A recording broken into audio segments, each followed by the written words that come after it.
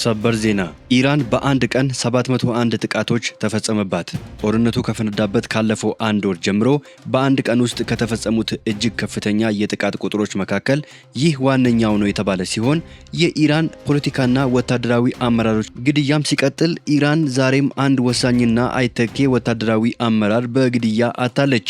በሌላ በኩል ኢራን ባላስቲክ ሚሳኤሎችንና የታጠቁ ድሮኖችን በመጠቀም የአሜሪካ የጦር ሰፈር ላይ ባደረሰችው ጥቃት 15 የአሜሪካ ወታደሮች ጉዳት ደርሶባቸዋል። ኢራን በእስራኤል ዋና ከተማ ቴል አቪቭ መሰረተ ልማቶች ላይም አዲስ የድሮን ጥቃት መሰንዘር ጀምራለች። በሌላ በኩል የየመኑ ሁቲ ኢራንን ደግፎ በእስራኤል ላይ ጥቃት በመሰንዘር ጦርነቱን በይፋ ተቀላቅለዋል። ኢራን በበኩሏ ጅቡቲን ጨምሮ አዳዲስ የጥቃት ኢላማዎቿን በይፋ አሳውቃለች። ወደ አስገራሚው መረጃ ስንሸጋገር ደግሞ የኢራን የሚሳኤል አቅም ኢትዮጵያን መምታት እንደሚችል መረጃዎች አመላክተዋል። በሌላ በኩል ጦርነቱ ከጀመረበት ቀን አንስቶ በርካታ ንጹሃን እንደተገደሉ ጥናቶች አመላክተዋል። ሁሉንም በዝርዝር ይዘናቸዋል። ጤና ይስጥልኝ ውድ ተመልካቾቻችን፣ አሁን የተሰሙ ሰበር መረጃዎችን አጠናክረን ይዘንላችሁ መተናል። ቀደም ሲል የሰማችሁትንና ሌሎችም ሰበር መረጃዎችን በዝርዝር ይዘናል። አብራችሁን ቆዩ። በቀጣይ ፈጣንና እውነተኛ ሰበር መረጃዎችን ለማግኘት ቻናሉን ሰብስክራይብ በማድረግ የደውል ምልክቷን በመጫን ቤተሰብ ይሁኑ። ይህንን መረጃ ደግሞ ላይክ በማድረግ ቤተሰብነታችሁን አጠናክሩ። አሁን መረጃዎቹን በዝርዝር እንመለከታለን። እስከ መጨረሻው አብራችሁን ቆዩ።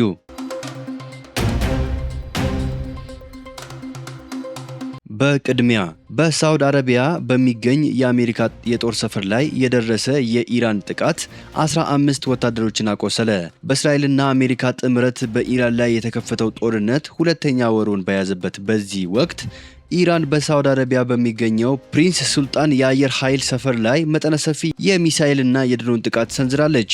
በጥቃቱ ቢያንስ 15 የአሜሪካ ወታደሮች የቆሰሉ ሲሆን ከነዚህም ውስጥ 5ቱ ከባድ ሁኔታ ላይ እንደሚገኙ ተነግረዋል። እንደ አሶሺየትድ ፕሬስ ዘገባ ኢራን 6 ባላስቲክ ሚሳኤሎችንና 29 የታጠቁ ድሮኖችን በጥቃቱ ላይ ተጠቅማለች። በጥቃቱ አንድ የነዳጅ መሙያ አውሮፕላን ሙሉ በሙሉ የወደመ ሲሆን ሌሎችም 3 አውሮፕላኖች ደግሞ ከአገልግሎት ውጪ ሆነዋል። ጥቃቱ የተፈጸመው ከሳውዲ አረቢያ ዋና ከተማ ሪያድ 96 ኪሎ ሜትር ርቀት ላይ በሚገኘው የፕሪንስ ሱልጣን አየር ኃይል ሰፈር ነው። ይህ ሰፈር በሳውዲ አየር ኃይል የሚመራ ቢሆንም ከ2000 በላይ የአሜሪካ ወታደሮች ለሚሳኤል መከላከያና ለሎጂስቲክ ድጋፍ ይጠቀሙበታል። ኢራን ግዛቴን ለማጥፋት እንደ መነሻ የሚያገለግሉ የባህረ ሰላጤው ሀገራትን ኢላማ ማድረግን እቀጥላለሁ ስትል ዝታለች። ጦርነቱ ከጀመረ አንስቶ እስካሁን 13 የአሜሪካ ወታደሮች የተገደሉ ሲሆን ከ300 በላይ የሚሆኑት ደግሞ ቆስለዋል። በሌላ በኩል አሜሪካና እስራኤል በኢራኑ ቡሼሂር የኒውክሌር ኃይል ማመንጫ ላይ ጥቃት ሰንዝረዋል። ሆኖም ኢራን በጥቃቱ የደረሰ የቴክኒክ ብልሽትም ሆነ የሰው ሕይወት መጥፋት አለመኖሩን ገልጻለች። ይህ ጥቃት በትራምፕ አስተዳደር ላይ የሚሰነዘረውን የፖለቲካ ትችት ሊያበረታታው ይችላል ተብለዋል። የኢራን አብዮታዊ ዘብ በቴል አቪቭ መሰረተ ልማቶች ላይ አዲስ የድሮን ጥቃት ሰነዘረ። የኢራን እስላማዊ አብዮታዊ ዘበኛ ኃይል በቴል አቪቭ በሚገኙ የእስራኤል የድጋፍ ሰጪ ማዕከላትና የሎጂስቲክስ ማዕከላት ላይ አዲስ የአጥፍቶ ጠፊ ድሮን ጥቃቶችን መጀመሩን አስታውቋል። እንደ ዘገባው ከሆነ ኦፕሬሽኑ ትኩረቱን ያደረገው በትራንስፖርትና ወታደራዊ ድጋፍ ተግባራት ላይ በተሰማሩ መሰረተ ልማቶች ላይ ሲሆን ይህም ኢራን እየወሰደች ያለው የአጸፋ እርምጃ ቀጣይ ማሳያ እንደሆነ ተገልጿል። ስለደረሰው ጉዳትም ሆነ ስለተጎዱ ሰዎች ዝርዝር መረጃ እስካሁን ውስን ነው።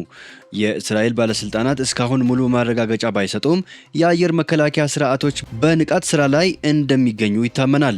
ይህ ጥቃት የተፈጸመው በሁለቱ ወገኖች መካከል በቅርቡ የታዩ ተከታታይ ግጭቶችን ተከትሎ ሲሆን ይህም በኢራን ውስጥ በሚገኙ ስትራቴጂካዊና ኢንዱስትሪያዊ ኢላማዎች ላይ የተሰነዘሩ ጥቃቶችን ያካትታል። ተንታኞች እንደሚጠቁሙት ከሆነ ይህ እየተባባሰ የመጣው የሁለትዮሽ ጥቃት ወደ ቀጣይነት ያለው የድንበር ተሻጋሪ ግጭት ሊሸጋገር እንደሚችልና ሁለቱም ወገኖች የጥቃት ኢላማዎቻቸውን እያሰፉ መምጣታቸው የክልላዊ ቀውስ ስጋትን እንደሚጨምር ገልጸዋል። የአብዮታዊ ጋርድ ጀነራል አባስ ካርሚ በቴሄራን ተገደሉ።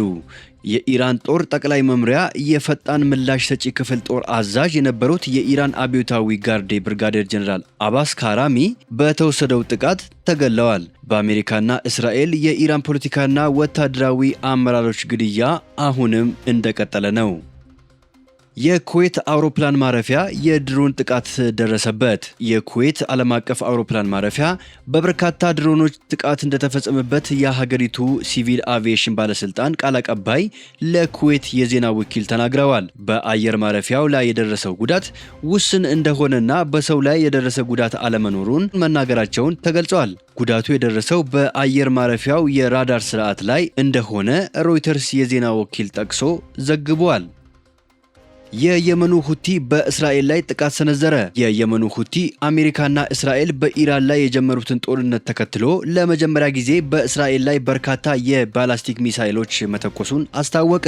የሁቲ ወታደራዊ ቃል አቀባይ ብርጋዴር ጀነራል ያህያ ሳሪ በሁቲዎች ሚዲያ በሰጡት መግለጫ ጥቃቱን አረጋግጠዋል። እስራኤል የየመኑ ሁቲ ጥቃት መክፈቱን ተከትሎ ተገቢውን ምላሽ እንደምትሰጥ አስጠንቅቃለች። ይህ እርምጃ የሁቲ አማጽያን በቀጥታ ወደ ቀጠናው ግጭት መግባታቸውን የሚያመላክት ሲሆን ጥቃቶቹ የሚቀጥሉት በሁሉም ተባባሪዎቻችን ላይ የሚሰነዘረው ጥቃት እስኪቆም ድረስ ነው ሲሉ የቡድኑ ቃል አቀባይ ያህያ ሳሪ ተናግረዋል። ኢራን ጅቡቲን ጨምሮ አዳዲስ የጥቃት ኢላማዎቿን ይፋ አደረገች። የመካከለኛው ምስራቅ ውጥረት አድማሱን በማስፋት የኢትዮጵያን የንግድ በር ጅቡቲን አንኳኳ። የኢራን አብዮታዊ ዘብ የአሜሪካ ኃይሎች መሸሸጊያ ናቸው ያላቸውን አዳዲስ የጥቃት ኢላማዎች በዝርዝር ይፋ ማድረጉ ተሰምቷል። የኢራን ወታደራዊ አመራሮች ባወጡት መግለጫ መሰረት በምስራቅ አፍሪካ ስልታዊ ስፍራ ላይ የምትገኘው ጅቡቲ የአሜሪካ ኃይሎች መጠለያ እየሆነች ነው በሚል በዋነኛ ኢላማነት ተመዝግባለች። የሊባኖሷ ቤይሩት እና የሶሪያ መዲና ደማስቆም በዝርዝር ውስጥ ተካተዋል። እንደ ኒውዮርክ ታይምስ ዘገባ ከሆነ በመካከለኛው ምስራቅ የሚገኙ 13 የአሜሪካ የጦር ሰፈሮች በኢራን ጥቃት ክፉኛ በመመታታቸው ወታደሮች ስፍራውን ጥለው በሆቴሎችና በተለያዩ ስውር ቦታዎች ለመሸሸግ ተገደዋል። የአሜሪካ ጦር በክልሉ ያለው ይዞታ እየተዳከመ መምጣቱንና የኢራን ጥቃት ወደ ምስራቅ አፍሪካ መቃረቡ ቀጠናውን ወደማይታወቅ የጦርነት አዙሪት ሊያስገባው እንደሚችል ባለሙያዎች እየገለጹ ነው።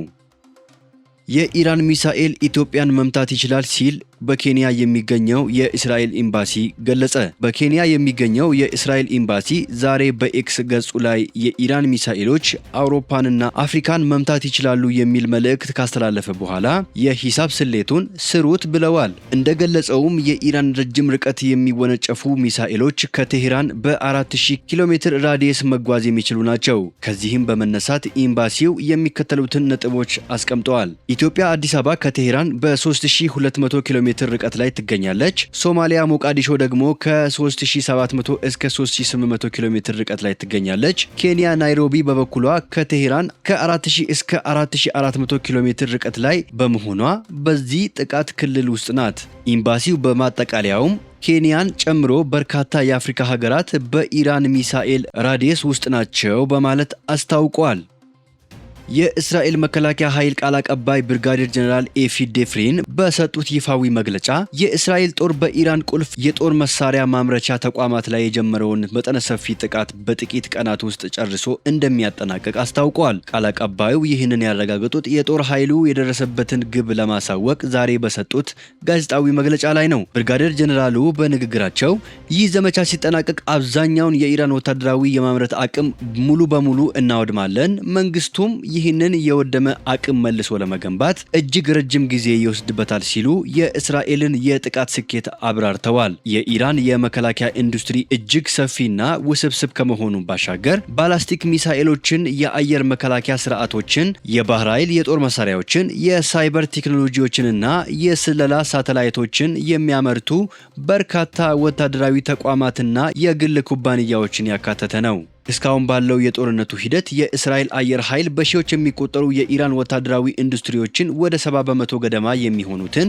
ኢላማ አድርጎ ክፉኛ የመታ ሲሆን አሁን ላይ ደግሞ በእስራኤል ላይ ስጋት የደቀኑ የጦር መሳሪያዎችን የሚያመርቱ ቁልፍ ተቋማትን የማውደም ዘመቻውን ወደ 90 በመቶ ገደማ እያደረሰ መሆኑን የእስራኤል ጦር በግምገማው አስታውቋል።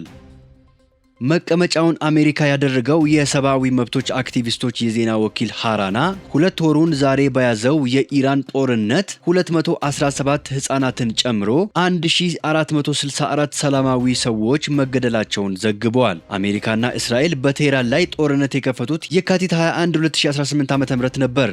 የእስራኤል መከላከያ ከ12000 በላይ ቦምቦችን በመላ ኢራን መጠቀሙን ሲገልጽ በቴህራን ብቻ 3600 ተጠቅሞ ድብደባ ፈጽመዋል። አሜሪካም እንዲሁ በመላ ኢራን ከ9000 በላይ ኢላማዎችን በመለየት ድብደባ መፈጸሟን ገልጻለች።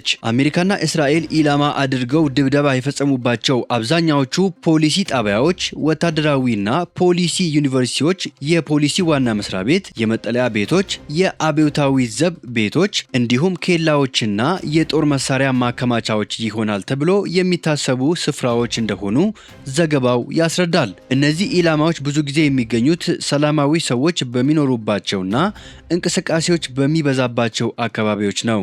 በኢራን ጥቃት ሲፈጸም የተመለከተ ነዋሪ ለቢቢሲ እንደተናገረው በሰላማዊ ሰዎች መኖሪያ የሚፈጸመው ድብደባዎች የመንግስት ተቃዋሚ የነበሩትን ሁሉ ያስቆጣ ነው። ቢቢሲ በሪፖርቱ ላይ ስለተገለጹት የሰላማዊ ሰዎች መኖሪያዎች ለእስራኤል ጦር ጥያቄ ቢያቀርቡም ጥቃቶቹ መፈጸማቸውን ከማረጋገጥ ውጪ ተጨማሪ ምላሽ ሳያገኝ ቀርተዋል። የአሜሪካ መከላከያ ሚኒስቴር ለጥያቄዎቹ ምላሽ አልሰጠም።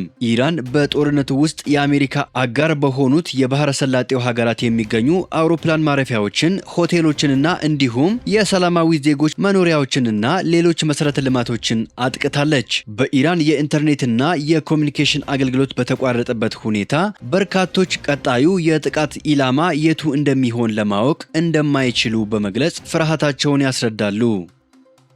የሰብአዊ መብት ተሟጋች የዜና ወኪል መጋቢት 28 ቀን ባወጣው አዲስ ሪፖርት በመላው ኢራን ቢያንስ 701 ጥቃቶች መመዝገባቸውን አስታውቋል። ተቋሙ እንዳብራራው ጦርነቱ ከፈነዳበት ካለፈው 1 ወር ጀምሮ በአንድ ቀን ውስጥ ከተፈጸሙት እጅግ ከፍተኛ የጥቃት ቁጥሮች መካከል ይህ ዋነኛው ነው ብለዋል። ከነዚህ አስደንጋጭ ጥቃቶች ውስጥ 74 በመቶ የሚሆኑት ያነጣጠሩት በሀገሪቱ ዋና ከተማ ቴሄራን ላይ መሆኑ ደግሞ የጥቃቱን አድማስና የጦርነቱን ክብደት በግልጽ ያሳያል። በዚህ ማቆሚያ ባጣው ግጭት እስካሁን ድረስ 1551 ንጹሃን ኢራናውያን ዜጎች ሕይወታቸውን ማጣታቸውን የገለጸው ይህ የዜና ወኪል ከሞት ሰለባዎቹ መካከል ቢያንስ 236ቱ ምንም የማያውቁ ሕፃናት መሆናቸውን አረጋግጠዋል። ይህ አስደንጋጭ አሃዝ ጦርነቱ በንጹሃን ዜጎችና በሰብአዊነት ላይ እያደረሰ ያለው እጅግ አሳዛኝና ከባድ ኪሳራ ቁልጭ አድርጎ የሚያመላክት ነው። ውድ ተመልካቾቻችን ለሰዓቱ የተሰሙ ሰበር መረጃዎች ወደ እናንተ ያደረስናቸው ናቸው። በሌላ ሰበር መረጃ እስከምንገናኝ በያላችሁበት ቸር ቆዩልን። ሰላም ለዓለማችን ይሁን።